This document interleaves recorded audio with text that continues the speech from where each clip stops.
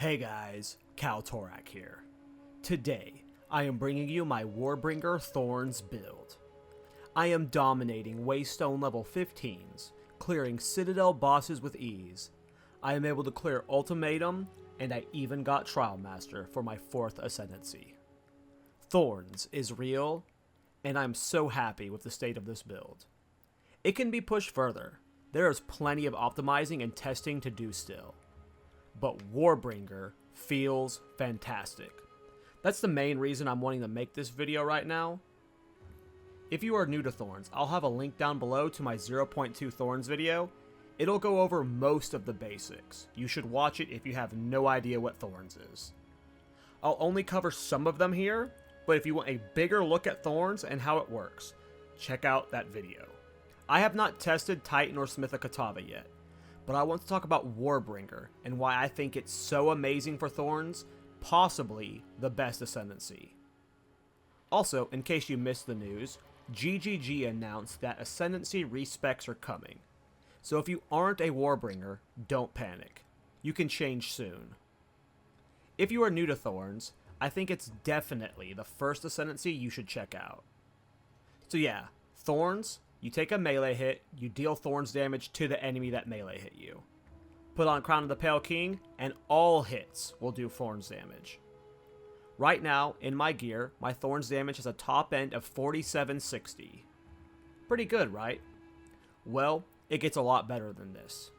Scavenge Plating is the core spirit gem for Thorns builds.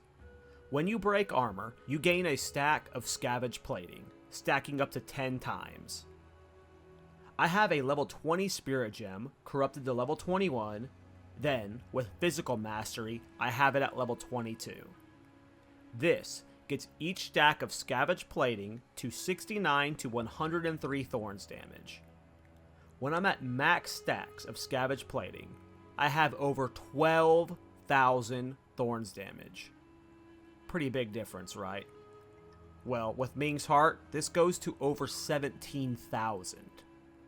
So yeah, a majority of our damage comes from Scavenge Plating stacks.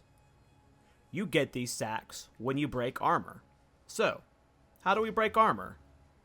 Well, this is where Warbringer shines.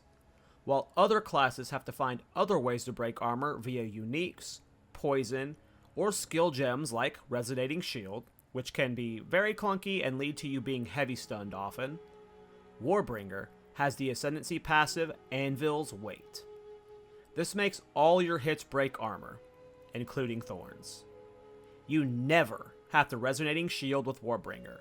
You just run around full beast mode, dealing max damage, generating easy stacks of Scavenge Plating. In terms of quality of life for Thorns, Warbringer and Anvil's Weight just has so little friction for the playstyle. I highly recommend for new players to check out Warbringer first for Thorns for this reason alone. Add on Turtle Charm, and things get really cool. Turtle Charm lets us block hits without raising our shield. We no longer need Resonating Shield or Ray Shield at all. We can just run around the map attacking always. Combined with the unique amulet, the Anvil, and this increases our block cap to 80%. I'm at 80% block chance right now, and let me tell you, it's incredible.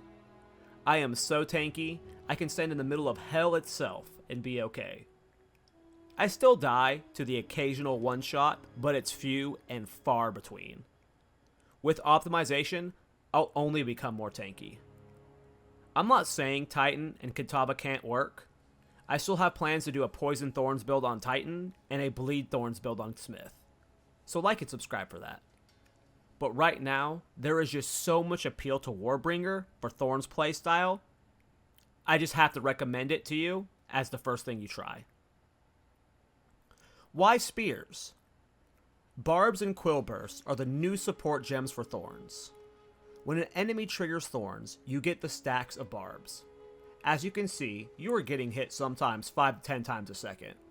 So it's not possible to ever go through all of your stacks of Barbs. Rapid Assault, though, is our best option for getting out as many attacks as possible per second. We can dump all of our Quill Bursts and Barb stacks very quickly.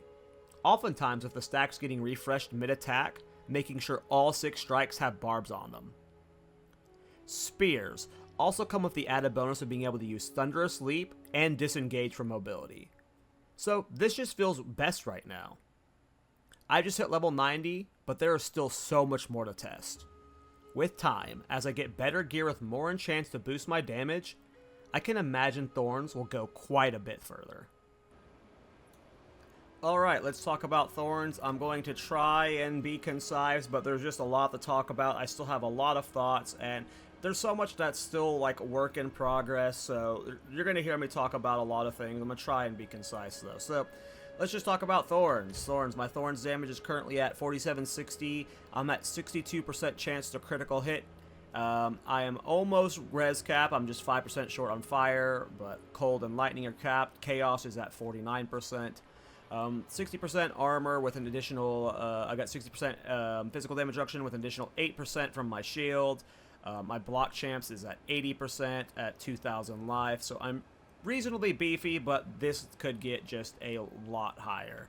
But yeah, as you can see in the clips, that I am just so tanky, and a lot of it just is due to the block chance missed with the Turtle Charm. It's just, whenever you do finally get damage through to me, it's usually not enough to kill me, and the Leech from Thorns is going to keep me topped off. So let's talk about the skill gems. It's pretty simple. So let's talk about Rapid Assault first. Rapid Assault is the way we are consuming Quill Burst and Barbs. As you can see here, this attacks pretty fast.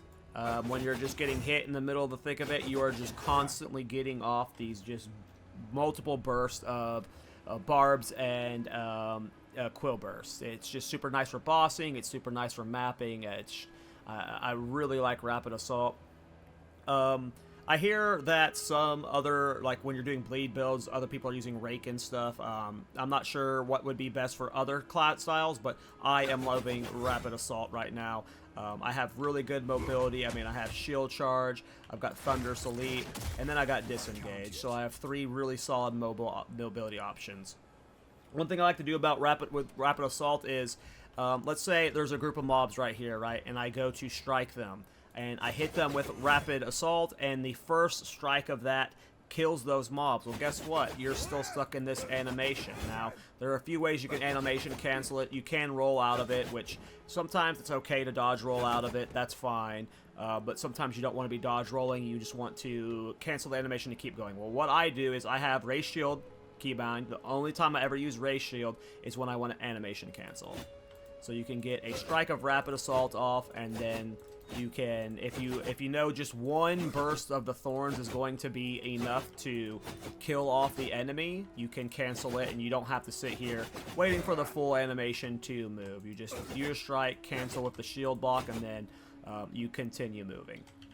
The next thing I want to talk about here is Spear Stab and Exploit. Well, I guess I should finish talking about Rapid Assault. So yeah, we have right now only a 3-wink in it. Quill Burst, Barbs, and Martial Tempo. Rapid Assault, I have at level 6. It is really just the engine for getting your Thorns damage out. All I want it for is Quill Burst and Barbs. I do not care about the damage of Rapid Assault itself right now. It's possible with other optimization.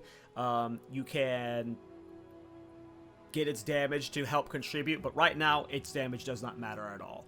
And in order to prevent myself from just going out of mana, look how long I can just hold this down, and it would take a long time to run out of mana doing this, and there's no reason why I would ever do that in the map. So I have this at level 6, and then when we get to Thunderous Sleep, I'll talk about that, but it's also level 9ing. So yeah, keeping these skill gems low is super nice. And then I wanted to talk about Spear Stab. I do have that bound to F right now. The only time I use Spear Stab is on bosses. So Exploit Weakness is the only thing I have in Spear Stab right now. Supported skills: consume enemy full and broken armor to deal 40% more damage. Don't care about the damage. It's about consuming the armor. So when I talked about in the intro with Scavenge Plating, it's where most of our Thorns damage comes from. And you get this by breaking armor on a mob. Now, if you read this here, breaking armor on normal mobs grants 1 stat, breaking armor on magic armor enemies grants 2 stacks, rare enemies grants 5, and uniques grant 10. Bosses are unique. So the first time you break armor on a boss, you get 10 stacks. cool. The duration, though, even when I have persistence, is only about 12 seconds. So you break their armor, and then 12 seconds later, you lose your scavenge plating. You go back down to 4,000 thorns damage. Your damage is way worse. And yeah, what do? You're still hitting him, so his armor remains broken. Well, you have to remove that armor break. So that's what Exploit Weakness and Spear Stab is for. Is on bosses, just to, whenever you need new stacks of scavenge plating, you just poke them with Spear Stab, remove the armor, re-break their armor, and then suddenly you have the scavenge plating stacks back. Scavenge plating is the most important thing of the build when you get to late game. As I showed you guys in the intro, you get you go from 4,000 to 12,000 damage on your thorns. I mean, this is where all your damage is coming from. Right now I have it level 22. You can get it to level 25, I believe. I don't know if there is other ways to get it higher, but with a Prism of Belief for scavenge plating, you get it to level 25. The only ones I've seen on the trade have just been ridiculously overpriced. So I don't know how reasonable it is for you to get a Prism of Belief for this. I don't have it. So, but yes, that would be another big spike to your Thorns damage. Shield Charge, just have Ingenuity, only using a level 3 Shield Charge. It's purely for mobility. I do have Resonating Shield Bound. I am no longer using it as a Warbringer. Titans and other builds will use this, but Warbringer has no need for Resonating Shield. Time of Need. Right now I just have it turned off because it makes an annoying little chirp sound. Didn't want it chirping the entire time we were making this video. But in Time of Need, this is potentially being replaced with something. Maybe it's a beast. I heard that Invulnerability Aura from Tame Beast does still proc Thorns, so maybe you add a Tame Beast with Invulnerability Aura. I'm not sure what beast to add. Maybe you do a beast with a Haste Aura. Right now move speed is one of the things I'm trying to solve the most. So maybe you do a beast with Haste Aura. I'm not sure. I haven't really fully tested stuff out yet. We're about to get into that phase of making this build, but right now I'm just using Time of Need. It's just a little extra defensive measure. In Thunder Asleep, right now I have Unbreakable, Unabating, and Inspiration. Part of me is wanting to put a 4-link in Rapid Assault and move Unbreakable to that, so I'm just never getting stunned whenever I'm attacking with it. But right now I just have Unbreakable in Thunder Sleep, just so I can move around easier. It works just like Leap Slam. It's a way to get over terrain. It's a way to get out from under mobs. So I originally wanted to go Maces because of Heroic Leap, but then when I realized, not Heroic Leap, Leap Slam, but then when I realized Thunder Sleep was a thing, I was like, oh, spears are just way more easy to get working, and then you add on to the fact that you get Disengage and you get Rapid Assault. It's just spears are so good. And then Disengage, I don't have anything in it right now, but yep, those are the skill gems. In terms of quality, I mean, you want to get quality on your Scavenge Plating. It gives you more armor per stack. I know we talk about how Scavenge Plating is our Thorns damage, but it's also more armor, so getting that quality is nice. Nothing else is super important in terms of quality. So here's where things are going to get a bit long-winded. There's a lot to talk about with a lot of these unique slots. So first, let's talk about the spears. Right now, I have a lot of thoughts on spears. There's still more to try here. Right now, I am trying out Splinter of Lorata purely for the 20% increased melee strike range with this weapon. This is just to get a little extra reach with my Rapid Strike, so I have, I can hit the back mobs easier with my Quill Burst to get a little bit extra range with the AoE. I've tried a few things to try and get the AoE bigger on Quill Burst. Not everything, but the few things I have tried have not increased the area of effect of Quill Burst. One of the biggest weaknesses of this build is just big area of clear. It's got good damage. It's got a small area of effect clear, but it doesn't have big area clear. I was trying to just find a way to get just a little bit more out of Quill Burst, and that is why I am using this spear. I do not know if it's the best spear option. The damage on this spear never is going to matter for your build. Do not worry about that. You can potentially try the unique spear that pins. If you're going to go with a rare spear, which Right now, I'm thinking rare spears are potentially the best. With rare spears, you can get accuracy on them, you can get strength on them, and you can get attack speed on them. So the faster you're attacking, the you're getting more. You're just getting more dumps of your rapid assault off, which is better. More strength is obviously better, and then of course, I think I only have I have a 74% hit chance right now with rapid assault, so more accuracy. Yeah, 77% chance. So more accuracy would just make me miss less. Not hitting all the time isn't the worst since it's 6-second strikes, but you will notice that you are missing, 1 to 2 strikes per each of these volleys. So yeah, for the spear, I am not sure what to do there, what's best. I'm still in the testing phase for that. Go with the yellow spear with strength or accuracy, or try out other stuff. I get recommendations all the time in chat. I've tried out a bunch of different stuff. I'm not sure what's best yet, but for now, I'm just using this, but I honestly think it might just be a rare spear. Okay, for gloves. So right now, I'm using Dreadfist bolstered mitts. I am not convinced on these yet. I do not honestly know how much the critical hits inflicts Pale and critical hits cannot extract Impale is honestly doing for the build. Maybe it's a lot, maybe it's not. There's more testing I need to do here.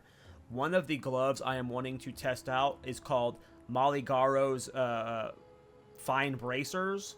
They are a bracers with 30% increased critical hit chance, and they make your critical damage bonus 300%.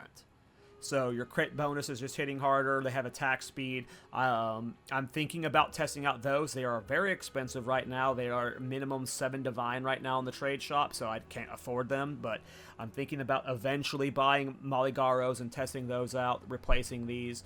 These are honestly not a lot of Thorns damage, as you can see here right now. I'm at 4760, and I go down to 4470. So these getting replaced isn't the end of the world. Also, if you're looking to optimize your defensives, you can drop these for a rare gloves with potentially crit damage bonus and resistances on it. But yeah, these gloves are another slot I'm just still contemplating on, but I think when we're ultra endgame, we won't be using these. We will be using the Maligaros with the crit on them and the guaranteed 300 crit bonus. So obviously, Cultist Crown isn't going anywhere. So the Anvil Bloodstone Amulet. This is really awesome right now, but it's honestly not a lot of Thorns damage. So right now I have 2 passives that are giving me damage based off my block. So this is 1% increased damage per 1% block, and this is also 1% damage per 1% block. So those 2 are doing the same thing, so it's stacked. And even then, that 5% damage, the 5% block chance I'm getting is only 4602 to 460. So it's 150 extra Thorns damage. That's not like an only situation, because all of that scales with Scavenge Plating and the crit. Every bit matters. But there are other amulets that could be better here. A rare amulet with a high crit hit chance and just more stats and more defenses is always like... There's a little dance you can do where some of these uniques get swapped out for rares to opt in other uniques in other places. I haven't really figured out what's best here. Also, if you're a ritualist with a 3rd ring, you just get a little bit more freedom for stuff. But right now with Warbringer, this feels really good, but it comes with the downsides of reduced skill speed and reduced movement speed. So I'm not 100% convinced on this, but as of right now, in terms of just tankiness and survivability, I mean, the 80% block feels great. So I feel like this might end up in the ultra late game version, but it's possible that other amulets replace it. Talking about the ring, Gifts from Above. This is definitely getting replaced. The light radius is cute, I guess. The critical hit chance is also nice. It gets me from like 55% to 62%, so that's good. The Consecrated Grounds, whatever. I just don't see this having the value that it... I feel like I would get much more value out of a rare ring than this. I imagine this is getting placed. I mean, like I told you guys in the intro, I go up to 17,000 damage with Thorns with Ming's Heart. So if I could optimize my defensives better and then can use Ming's Heart alongside of it, This ring is easier to replace. I don't think you're using the Thorns ring, the prized ring, whatever it's called, in this slot either. Like, this ring is better than that one, but I think that just a rare ring might be better than Gifts from Above. And Ming's Heart is like, if we can optimize the build to have Ming's Heart in it, that is just like the ultra. That's how we get the most Thorns damage, right? Is if we can work that in. But Ming's Heart is just such a dangerous play. I don't know. So for shields, I have a lot of people, they recommend me, I forget the name of the shield, but it's the one with the Lucky Block chance over this. I do not think right now you can play without a rare chest, boot, belt, or shield. And I'm going to tell you why. Right now, it doesn't matter. Maybe I'm wrong. Maybe someone will pull off a unique combo with something like that where it works out. But when you look at my Thorns damage, 4760 with the shield, and when I take it off, it goes to 2544. I'm losing over 2,000 Thorns damage from single piece from my shield. When I take off this chest, I go down to 30. I lose over 1,500. Take off the belt, I lose over 1,300. Like, it's just, when you take into account that your Thorns damage combined with scavenge plating and stuff, it all adds so much that, like, maybe if you had a level 25 scavenge plating, you can depend, like with a Prism of Belief, you could like drop this piece, and then maybe it's easier. But as of right now, when you're in that the mid portion of the end game, I just don't see how you drop one of these pieces for a different unique. It's just so much Thorns damage right now, because these are the only 3 pieces you can get over 200 top end Thorns damage. So I just don't think you can replace them right now. And then for boots, Briar Patch, as long as you're playing crit, which I think you're going to be playing crit Warbringer. I don't, like, maybe one of the other Thorn styles doesn't run crit, but with Warbringer, you're going to be running crit. It just gels so well. You're going to be running Briar Patch. Now, one way the build gets brought up line with more damage is through enchants. I crafted this shield earlier. I need to fix my reses around it, but as you can see here, it has a 49% increased Thorns damage on it. And as you can see here, even though it's 118 to 174 physical Thorns damage, this is 148 to 215, so the one I have on is a lot more Thorns damage. This one's better. So once I fix my reses around this shield, potentially, that 49% increased Thorns damage is going to be huge, especially when you take into account scavenge plating. So when you take into account that getting corrupted gear with Thorns enchants, yeah. Like, this is just the start of the damage. It's going to take a while for there to be enough gear to buy on the trade sites, or, you know, for you to craft enough Thorns damage enchants, but as you can see here, this damage is not even done yet, and things are going well. There's still more optimizing to do. Okay, let's move on to the passive. So like I said, I got my 4 Ascendancy points. You do not want to run Turtle Charm until you have 3 Ascendancy points. So when you get your first 2, you take Anvil's Weight and Imploding Impacts. After that, you go for Renly's. You will take points out of Imploding Impacts, and then you'll put points in the Renly's Training and Turtle Charm. Then once you get your 4th Ascendancy, you can go for Imploding Impacts. There's a bit of friction with Imploding Impacts because the negative armor break only gets so much value on bosses because you're constantly having to strip the armor away to re-break it, but it's still good. But this is what we're doing for the Ascendancy. It's possible that you should ditch Imploding Impacts for Jade Heritage. You get 20% increased armor from this point, and then, of course, there is just the passive armor you get from the Encase in Jade. Jade. Jade is a stacking buff, which grants 1% additional physical damage reduction per stack. So you get an additional 10% physical damage reduction. I'm not sure how much DPS during those windows of negative armor it even matters. It's possible in the next update you guys see me not having Imploding Impacts and running Jade Heritage, especially once I start doing, like, the hardest content. So yeah, that's the only variable there. Talking about the passive tree, as you can see here, I am no longer using Valpact. Valpact is good And if you have less passive points, especially while you're leveling, I think Val Pact is the play. But right now, the combination of fast metabolism, which life leeches effects are not removed when unreserved life is filled, which means you keep your life leech patch when you're full healed, mixed with goring, mixed with bloodthirsty, and then oh, I forgot to put that point back into leech because I was testing stuff. Where did I put that point? Oh, right, I had put it into this strength stuff. I was testing stuff. But yeah, mixed with Voracious. So this is 20% of leeches instant. So Val Pact was 100% of leeches instant. Now this is 20%, so you're still getting a little bit of an instant heal, but then you're also getting like a heal over time afterwards. I have found this to be slightly better in most situations. Like, it's like almost like a situational type thing, as which is better. They're both good, but overall, I want to say the Voracious fast metabolism setup is just better for life leech. From there, we want these crit stuff. This crit damage bonus. Again, we're doing so much crit.